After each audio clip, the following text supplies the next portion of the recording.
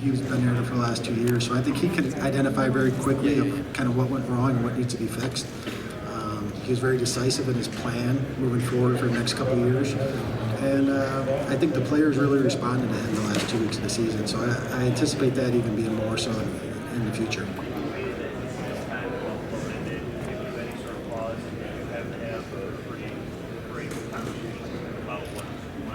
I didn't. Obviously he's been here for the last 2 years, and obviously I'm from Buffalo too, so I followed that situation closely as it kind of unfolded. But I know the person he is. I spent the last 2 years working with him day in, day out. What happened in the past is the past. I think Doug's a great human being, a great person. Like he said yesterday, I think he's learned, how to handle different situations, and I think that's going to make him a better coach this time around. I think for both of those guys, I think it's important for them to hit the market, see what their value is, and then kind of circle back with their representation.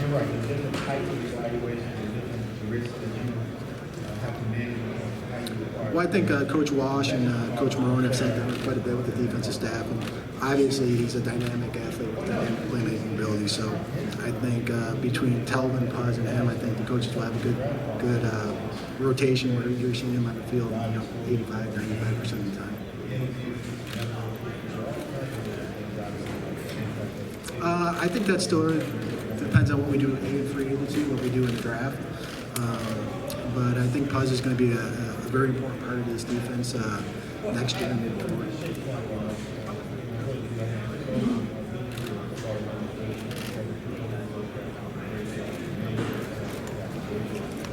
No, surprisingly enough, through the whole process and having an idea that this was going to happen, you kind of think, how's this going to work? But Tom's been great. It's been great to be able to walk down the hallway and bounce some things off of him. Hey, we're going to do this, we're going to do that.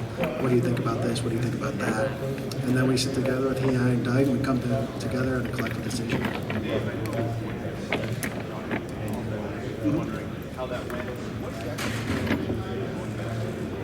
Well, it's interesting because obviously we played college football together, and when we went to the interview and I talked to him the night before, I'm like, God, I don't even remember the last time you and I talked.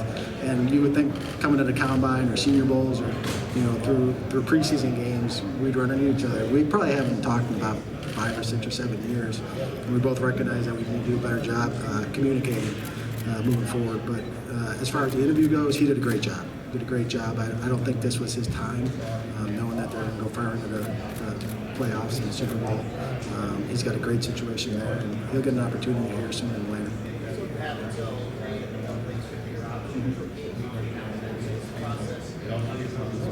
Well, I think just like with everything we've done from the end of the season until now, we get a lot of input from our coaches. We got OTAs, we got mini camps, we got a lot of things between now and then to see where he is at. But I don't think any decision will be made until closer to May.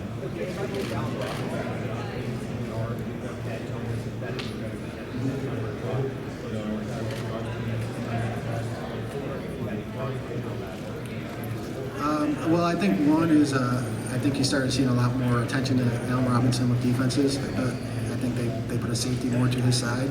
So some of those bigger plays, explosive plays, were limited, which ended up opening up for like Marquise Lee. And you saw Marquise kind of emerge this year and take advantage of those opportunities.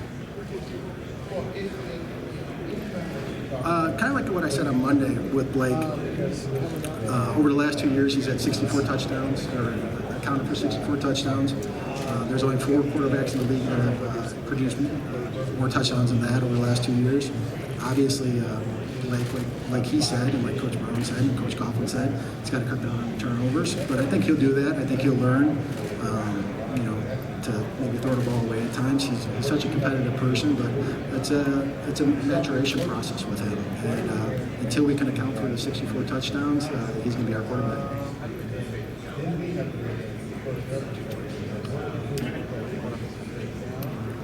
Well, I think we have to be disciplined. We're going to set a limit for our guys that we're going to target. We're going to be aggressive for the guys we want, and then if we can't be careless with the money. No.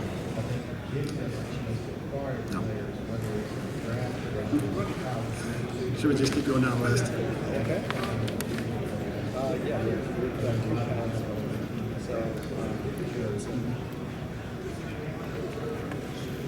I think both. I think you have some premier guys there, and I think you can find very quality rushers throughout the draft.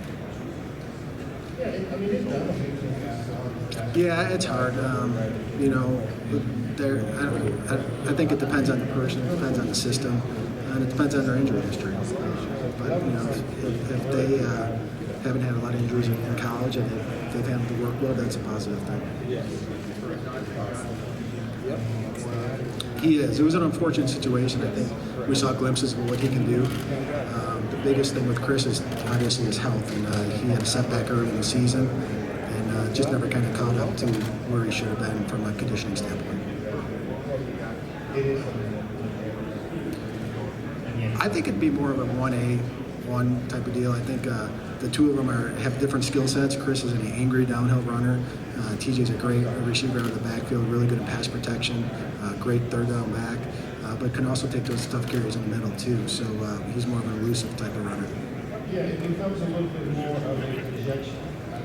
Well, he's a hell of a competitor. I think it's hard for any rookie corner to come in and play at any level in the NFL, but to do what he did the last half of the season was pretty impressive. I know our game against Houston, I've had multiple personnel people come up to me after that second game in Houston and say that they haven't seen a rookie corner play at such a high level. Well, I think what goes unnoticed about Tayshaun is how we've really cut down on the explosive plays. The interception production may not have been there, but the cut down on explosive plays was critical for our defense last year.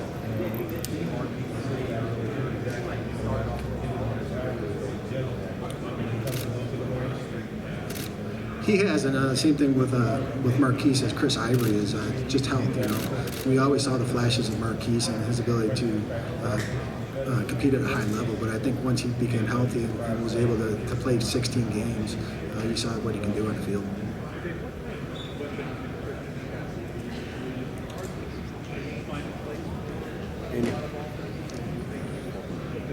Yeah, I don't think he's hard to find a place for. He's a hell of a college player. He's got great punt return skills. He can return kicks for you. He could be a third down back. He could probably be a slot receiver if you want him to be. He's got incredible ability to make people miss in space, and he's tough enough to run in between the tackles. So I think any team would be able to find a spot for him. Yeah, I mean I think he weighed in a little bit over 200 pounds, but he's a pretty solid back. I think it's hard to just categorize anybody as an every down back. It's tough in this league to play 16 games and take 20, 25 carries. I think you look at the good teams like the Atlanta Falcons and what they did this past year, and they have two backs that could be every down backs, but I think they're more efficient splitting the carries. I think it depends on your scheme, and I think this next couple of days will depend on where he shows up, how much he weighs, what he runs, and all the athletic testing skills.